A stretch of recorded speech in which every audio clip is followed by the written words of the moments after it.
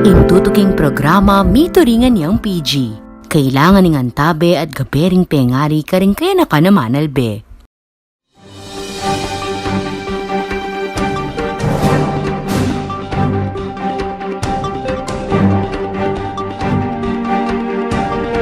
Bayo Panaldo Kabalen, abayan nyo kami, kening GNN Connect at makipagkwentuhan tamo, karigya katamong bisitang pandangal. Nano maning kay kong gagawan, tara, manalbeta pamo at kening pisasabihan. Ako po, Benny Ginto. At gani po, maswerte tamo, uling kay katamong bisita, iya bayong City Administrator, kay katamong siyudad ne po. Pero bayo yung maging City Administrator, maging kapitan niya pa, maging konsehal, at gani yaing may appoint a city administrator. De po. Ya po, alang-aliwa nunge engineer Nelson Lingat. Maya pa habak po, engineer. Maya pa habak ka Benny, at kariyang pong ng taga-subaybay ng GNM 44, at lalong-lalo na po rin kay katamong kabalengke ti Ciudad San Fernando. Maya pa abak po.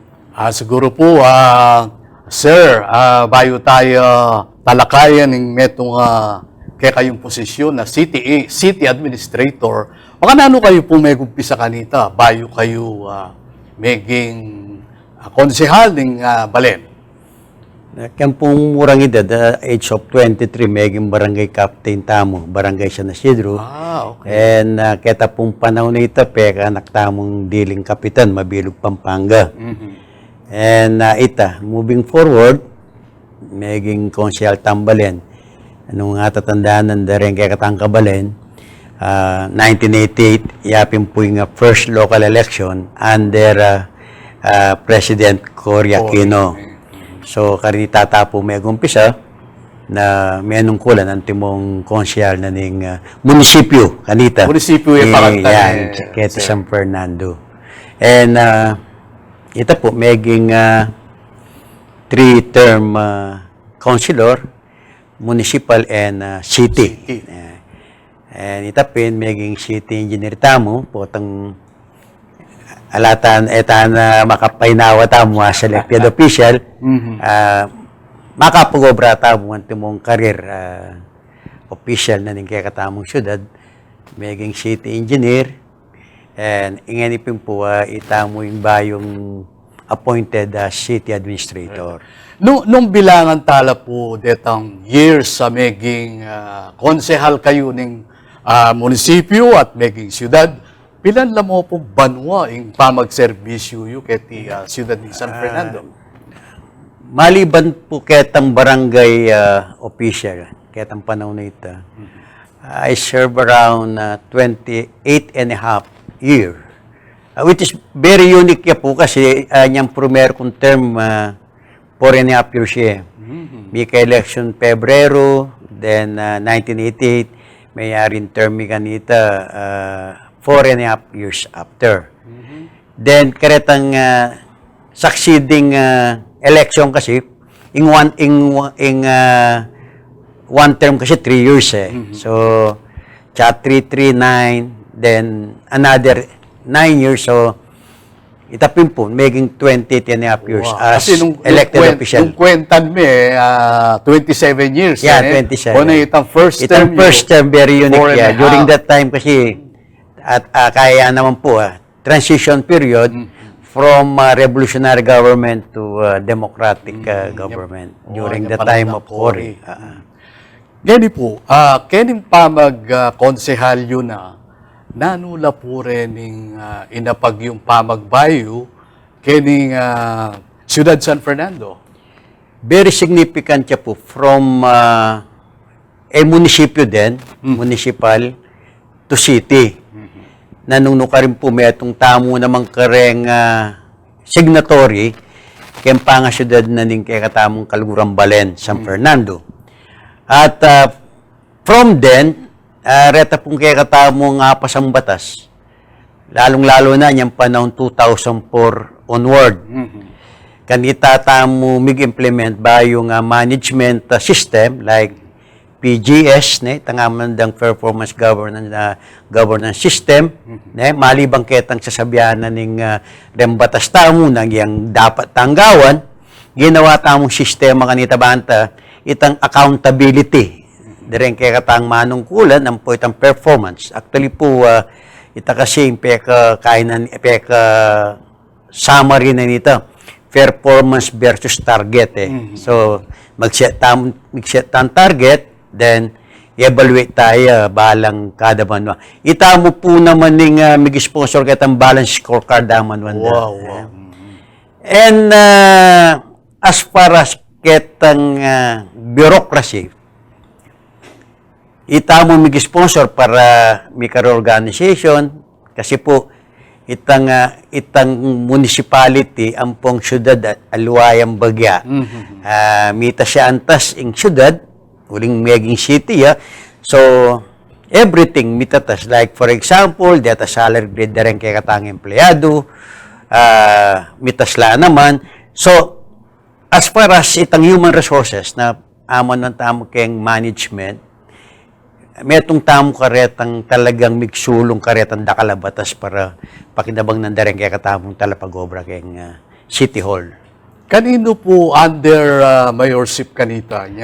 Mas dakalitang kang Mayor Oka Rodriguez, nag-start tamo. Then during the time of Mayor Edsa, in-harness talaret ang system. Then, ngayon pong kasalukuyan, we are still following them but with some innovation. No, particular po ketang governance. Uling admitan tamo every mayor atin lang alwalo ang priorities. Although ay kasanting na muning syudad tamo lilisya ketang karetang fundamentals, karetang programang talagang kapakipagnabang la kareng kaya katamong kabalen. Inya po maging syudad ni San Fernando. Nanula po retang inapag yung ordinansa kaya o antimo metong chairman ng metong committee ne po. Yeah. In kasing during that time 2004 onward during the term of Mayor Oka, ita mi chairman ning appropriation. At the same time paneke po kasing pakisabi mo naman itang committee keng agriculture. Uling anak kong hortelano. Actually, farmers kami. And kaya naman buring mawala kayong identity ko ita. So, during that time, ketang committee kayong appropriation itapin, kailangan ma-upgrade la sweldo, kailangan ni serbisyo, ma-upgrade mo naman. So, you have to balance, no? Babalansan tayo. And dakal pong batas at resolution na apasatam. Siguro, record-wise, walang malambat tanakin. Nung mamilang tamo karetang batas sa papasampung ordinansa. Siguro ita naman malakwan. Dakal tamo po apasa.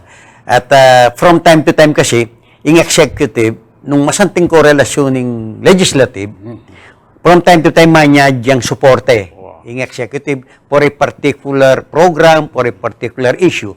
And nung pong talagang makatutok ka as legislator and considered mo talaga in public service, dakal ka po dakal ka agawang batas to support that administration. Kita pong lalam ng administration ng Mayor Oka kanita. Kaya ba kayo naman pong mitatag kening katamong City College, ne po? Ako po yung metong karing author ng City College of San Fernando, Pampanga. That was in 2008. And uling pong one of my professions is teaching. No? Actually, professor, I am a college professor ko po. I volunteered then. Uling gustong magumpisa ka talagang masakit po. Nagkatala rin kay katamong kayabe dati Assumption University, retang mga galing faculty ka rin. Sinawpla para I start me yun. No? Although, may gumpisaya po yung City College, kaya taging Pampanga High, may kiliwas ta kareng classroom, uling ping, naman po makanyang kalagway magputag po itong college. So, may sakripisyo, at dening kaluguran kayong academe, sinawplangan, part-timer, full-timer, ede po kinonsider itang rate, uling pamakisabi kanita talagang for the interest na po rin kayo na San Fernando. So, may pagbigyan. Then, from 2008, ang gana po ngayon makatalagay dyan mamayag paging City College of San Fernando, Pampanga, at ing kasanting na po nita, for the first time, during that time, from 2008 to 2012, deta pong mi pasarta mo, retanggang mig-take board, keng education, mi pasar lang po. And it is the first time na in Pampanga or in Region 3 na manikwatang 100% passing rate. No? So, I think it was an accomplishment po keng bumukareng ng bubu kening City College. City College din. May gumpisala po, pilan lang mo po kaya tatandaan nyo nung pilan lang estudyante tamo may gumpisa kay City College? Actually, Ela Dakal, dahil kempong pa magputap kasing eskwela, naman mo kabuditang consider me tang maintenance and operating expenses ng school. Siyempre, pagibalak may tang salaries and wages and other expenses. And, but during that time, naman may controlling city nung pilan lang. Nung ninuret ang available na more than willing to be qualified as a student of the city, winelcome talangan data. But, kasi po yung gaywata kanita at tintamong ausandang retention policy. We cater tamong karetang most qualified and more than willing to study. Mag-start tamo maybe 2, 3 to 4 sections. But I think mag-start yan talaga itong mga 4 to 6 programs po Education, hotel management, IT, and edu. So, I think 4 major programs po. Okay. Kasating na ning kikatampis sabihan po, pero kailangan tamong painawasaguli, ko po mama ko, kayo titiplad, magbalik ya pa in GNN Connect. We're gonna make it great. Let's make every day a great day. Great pan pizza is just a tap away. Pizza hot and fresh, yeah. Pizza Hut makes each day great. Yeah, we're gonna make it fresh. We make it fresh. We're gonna make it tasty great. Make it tasty great. Hot and fresh Pizza Hut and pizza. Yeah, we're gonna make it great. 8911111. Pizza Hut delivery. Pagbalik tamo po, kaning programa tamong GNN Connect. Po, kasi kaya tayo paborin, yung kakatamong bayong City Administrator, yung kakatamong Ciudad San Fernando, Engineer Nelson Lingat. Sir, kaning kwentuhan ta, yung maging siyudad yung siyudad tamong eni, baka na pong gawayo kaning taxes, po, real estate taxes at miyaliwapan taxes. Kasi, kanita wala sasabihin daw, sumeging siyudad jem, ay magtasing kaya katamong taxes. Baka na pong gawayo ken. Actually, potang magsiyudad ka, impe ka mumunan dealing concern, daring kaya katang kabalen, itang mitas yung taxaran. Pero yung record na po ng siyudad, ibalik tam karetang minunang panahon. During Mount Pinatubo eruption, panahon na po ng Albog, itang way back 2000. I myself, during the time of Pat Guevara, that was 1992, metong kami karetang sino lang sa paramitasing taxes, particular kang real estate tax.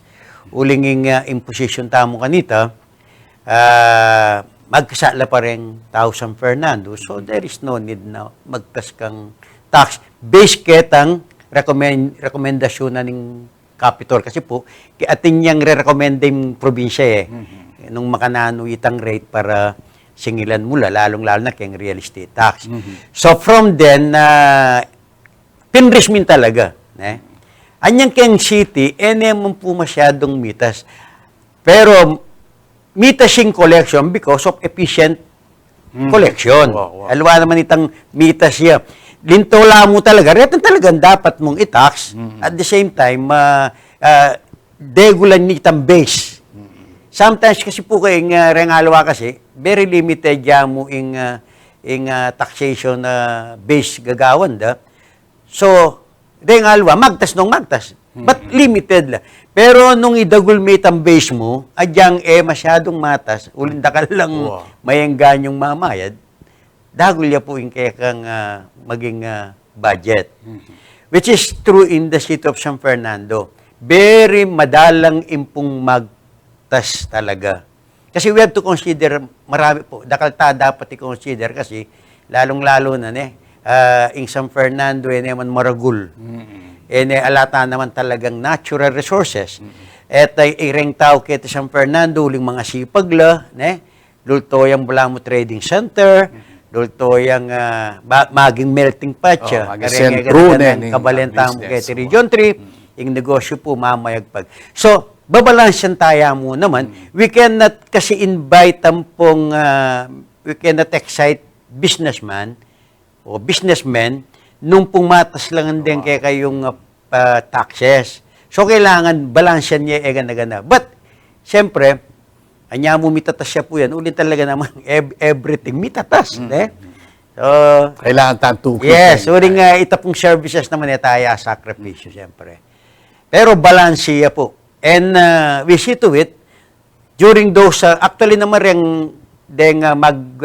mitatas mong bagyakin, deta pong regulatory fees pero retangaluan talagang mga regula amanondang taxes na makayapekto. Particular ka rin kekatang kabalen, either class yaman, rich yaman, or ketala pong below poverty level, we see to it talagang very fair in kekatamong taxes. Tsaka kayo, in-schedule yan talaga, ditak-ditak itang pamagtas ng taxes. Yeah, kasi tayo bigla uling tapingaman nun tam, we have to consider everything naman. O yan po, talaga namang dimdamtala, ding apagawanan na, ding pengawanan ng kekatamong dating konsehal, at ngayon po talagang siguro naman, ayayang may piling maging city administrator, uli na ning kayang experience kayang pamang gobyerno na po. Muntata naman kening bayo yung posisyon na ano po, ingobra na talaga ning metong city administrator. Impo kasing city administrator under the law, reta nga mandang mandato na, talagang very broad la. Uling sasabihan na po ng batas, city administrator, role na, although apat la ketang local government code, pero nung lawen nyo la, nung i-analyze mo la, very broad la, mga lawak la. Like for example, the role of a city administrator, management. So, and when we mean management, kaya management parlance, yapin po itang organizing, planning, leading, and control. Although general lareta kaya academic point of view, pero po tang i-apply mo la talagang very complicated la. Like for example, ang role na po ng administrador is to prepare plans. Retang programs, na nung rin kailangan not only makapanahon la, but makajive la karetang programa na ning kekang boss, yung executive. Which is, we all know, during the campaign, atin lang ang kanya-kanyang buri. Atin lang ang platform of governance. So, as city administrator, you see to it, in bureaucracy, lilinme karetang burina ng chief executive, uling ila pong pengako na reta during the campaign. So, ita. And another, retang eganagan ng organizational setup. Mind you, we have 1,700 strong workers. Mga nanong mong i-manage dito nung mo tutukan. Uling not only consider la puretang 1,700 dareta, ingagawan da, but always remember, they are being paid from taxpayers' money. So, kailangan po balansyan niya naman ito na eta mo mintaking City Hall, eta ati ko rin, just for the sake na magsweldo ka. But for the sake na ng public service. Yan peka, kumbaga, yan peka moto ko ito, potang magdesisyon ko naman. And, unang-muna siya, potang as city administrator kasi, kailangan gawa kang programa kang human resource. So, kailangan pululod detang kailangan may exciting empleyado, kailangan naman nung masanting performance, i-appreciate me at hindi ta ka then continue sitang educational program for them. No? So, bala mo apply you in kayong antimong professor kay university. Bala mo tuturo ka naman Kenny Yeah, actually, management, classroom management is a management. So, maragulya pong advantage. Lalong-lalo na, and itapin, with my experience, tinalanta mo ka rin organization, like for example, Rotarian tamo, I am active member na ng PIC. These are organization po, mga regulang organization, and they are very credible organization na pwede kang retang best practices na pwede talang i-apply Kenny. Although, in city, at yan talagang setup. Not only kareta pong management tools sa gagamitan tamo, management system, pero even the national government, at yung, dapat oyning gawan nyo. So, ilang, kumbaga, balampi halo-halo mo kanyan, di sistema reta, para maging effective ya po in governance. Kasi, lawenta mo meto nga city administrator, kebaluan yapining lethal mayor na ining siyudad. Po, baka na ano yung babalansyan, siyempre, dakal taong pupunta kayo, pasaw, miyayaliwa na yan. Atinang pasaw, Kenny, baka na ano yung pong babalansyan ing obrayo? It's a very, basanting niya pong kutang kasi, siyempre, as public servant, may kawani kasi ing papel na ng city administrator, keng gagawa na ng chief executive, ing kakatamong malugod na mayor. Nung nanitan direction na, like for example, social program. Yung social program kasi, lapi na retang mamiyayang ayuda, mamiyayang financial assistance. Nung nanalo lang ang pureta under ketang social program na, dakal pong bisa, but we have a system. And not everybody kasi, in one setting, pagbigyan mo nga Ako naman, manisplika ako. Ing agyo na ning bulsa at agyo na ni salo, na ning mamye, yalawen tapa. Kasi, ala naman pong katapusan yan So, atin tamong priority. Order and direksyon ng Mayor Bill Makaluwag, atin tamong priority karetang makanyan. Like for example, ekbalo nung dindamdan na rin kay Katang Kabalen, atin tamong programa ka rin senior citizen. Every mayor atin lang ang programa. Uling rin, atin lang mandato na kailangan sopan la rin senior citizen. We have so many laws for that. But Mayor Bill Maaluway tang approach na imburi na malibang ketang bibiyata ngayon. Dari nga lang kasi bibiyala ka, sayuda, makanyan. Pero yaburi na, pepa sarbeya, kinangwayan datos, nino nga rin senior citizen, ikinatogarize na categorize. Nino rin talaga ating sakit, nino talaga rin magkakasakit, nino naman well-to-do, na yun naman masyadong kailangan nga tayo ni sudad. Yeah. So atin niya pong datos kareta. Anya halimbawa, senior citizen ka, makayabe ka karetan datos sa kukanan da bawat barangay. Actually po, big-mobilize yung personnel para mula vendoreta. Banta pineta malilili. Tangaman man yun, baka manano kang maging fair. Particular in decision making. Nung yun talaga yung dapat mo sopan. uling king karakalda, 6,000 to 7,000 senior citizen, potang kairugo ining kayang budget, makanya niyam karamputya mo. Makanano may nga maximize. So, yung gawa ng kakatang mayor, ninungan detang masakit, makakategorize lang po. Ninungan detang dapat pinanasyal, makakategorize lang. Ninungan detang na kailangan programa mong general programs, makakategorize lang. So, in other words, bahalutala. So, karin palagi ako yata magkasa. Although, siyempre, no man nga elangan magkaswelo nga detang kuha na, dakal taburi eh. Pero importante, kaya katamo, kaya kami po, intim ng Mayor Vilma, miras siya itang gana siya, nung kaninyo dapat miras, mumuna.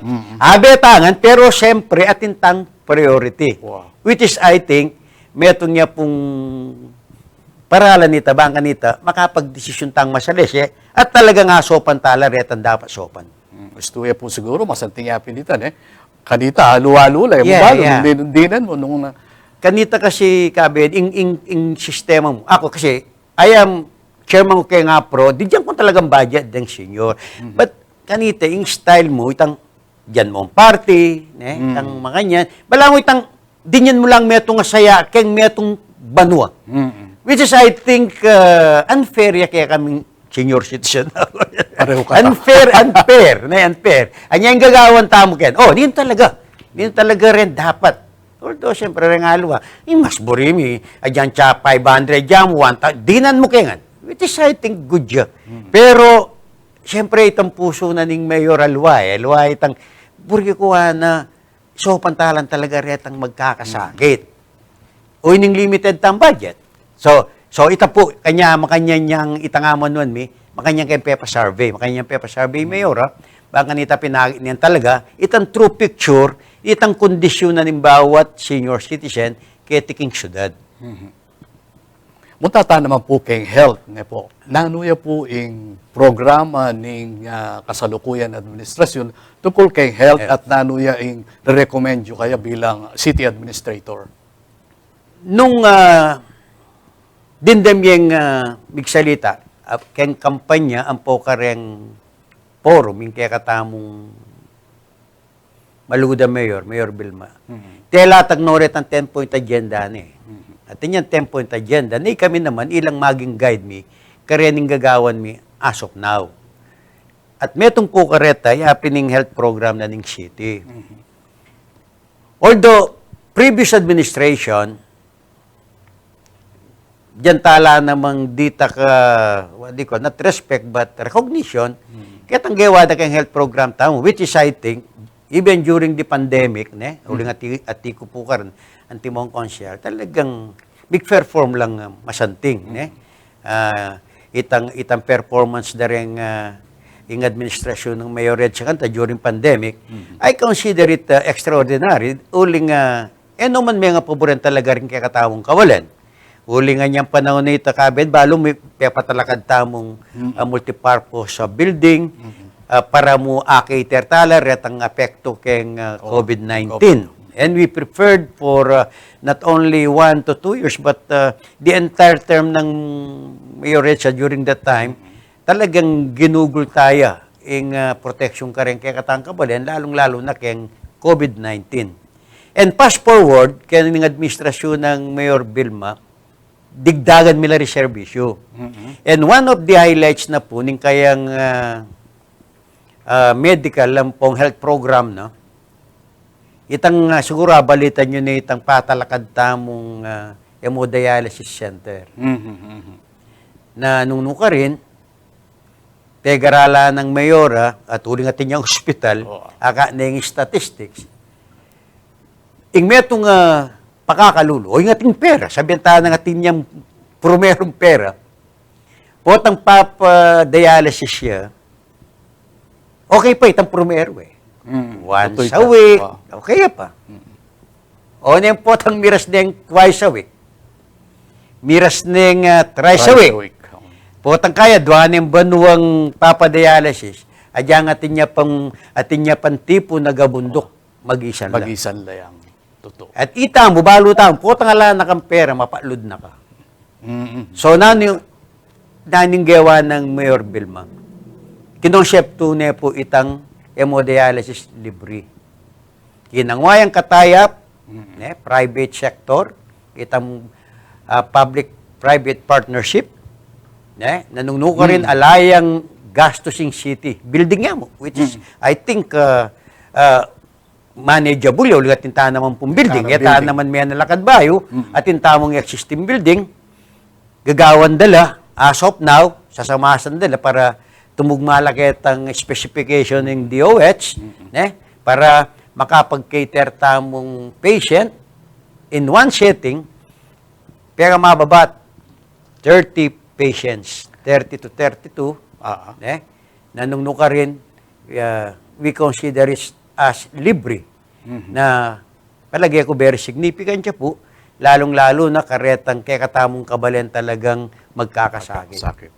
And commitment ng Mayor Bill Macaluwag ito, na isadsad nung pila niya mang session. Kasi kaya pa chemo o kaya pa mag-dialysis.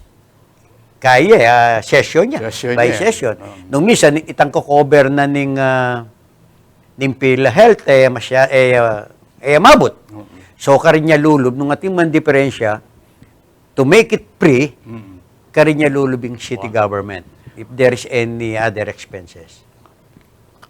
Kasanting na nining pipagkwentuhan ta, engineer, pero alata ng oras na di nang dala ka panahon. Siguro, next time, ituloy tayo. Ito na po, kaya buring pabanggit, yung kaya katamong malugod na mayor, tungkol karyaning programa na, netong pa, puburi kayang idagdag, malibang kayang health program, very committed yung administrasyon na ini, kayang education. Although, in City College, mamayag pagya, wuling atin yung more or less 700, 750 students po But ngayon, with the instruction of our city mayor, dinoble no reta. Para i-cater la, retan talagang ala nang agawa. So, bisang mag-aaral. Pero aluwaya po konsepto yun. Although, rengalwang community hospital, community colleges, ang pore ng alawang state college and universities, adyang miscellaneous mo, papamayaran do rin estudyante. Pero yung city college, not only libre po matrikula, libre miscellaneous, and we are planning na itang uniformida, and hopefully, we can come up with a program nitang transportation na rin anak, nung pwede tayong libre. Bangka nita, kasi talagang moto or in talagang target na ning katamong mayor, alang anak kay San Fernando na sabihan na kung may kapag-aral, pauli na ning kasakitan o yung kahirapan na ning pamilya. So, ireta po, ongoing nala, pangako, gagawan ta nala, and hopefully, ikami naman, ipaksabi mo kareng anak, this is only a chance kaya ti syudad, sana naman i-grab at the same time mag-aral na pong masales. Uling, balutang yan ing labanan yan isto nga ka mayari, agrabyado ka na anong mambagi. Sige, sir, pagsabihan mo rin kay katang kabalen, kaya nga liwa pang programa ng kay katamong administrasyon yan. Malibang ketang health program, maliban keng education, malibang keng environment, impek masanting pangdiling abalita tam, kareng kaya katang kabalan, itang social program na ning city. Which is, makajaybya po kasi baluta mo for the past 2 years talaga may ituran yung ekonomiya. Bawat Fernandino, alwa mo retang mga kwarta pero particular detang kalulu talaga. So, itang social program pasik na nga tayo ita. With the help na ning katang sanggunian, siyempre, ita po appropriation yung kailangan ka rin. At naman ponding syudad, very liquid naman po yung katamong kaban. With the help na rin katamong sanggunian na panlungsod members, makapag-appropriate tamong pondo, panta pasik na nga tayo ning social program na ning city. Lalong-lalo na ping kare senior citizen, kareng kainakan, and at the same time, kare tangega ng mangailangan antabe ning kekatawong syudad. Okay. Dakala salamat po ne. At kening panahon na binyayo kay kami, kening king GNN TV 44, at sana po keng tutuki i-mayor yung kasabi. Pwede. Keng kayong sao. I-work out kayo po. Dakala salamat po, Mr. City Administrator. Hindi kaya katang oras masyado yung dita, karakalta pa dapat pisabihan po siguro, tuking pamikatagon po. Pero bayo tampo, mikawako, ani, pasalamatan tala po din yung kasaw tamo king programa, Pizza Hut, SM City Pampanga Branch, Miss Jack Sunga, and Mr. Norman Policarpio. Dr. Elizabeth Ocampo Canlas of Angelina's Optical, Sir Andy Ramos for our backdrop, and Sir Andy Bondok for our copper bonsai. Dakal pong salamat king dinake yung panahon kaniting programa. Pagnasan mi po na dakayanan da kayong kabaluan at informasyon kapamilatana ng kekatamong bisita.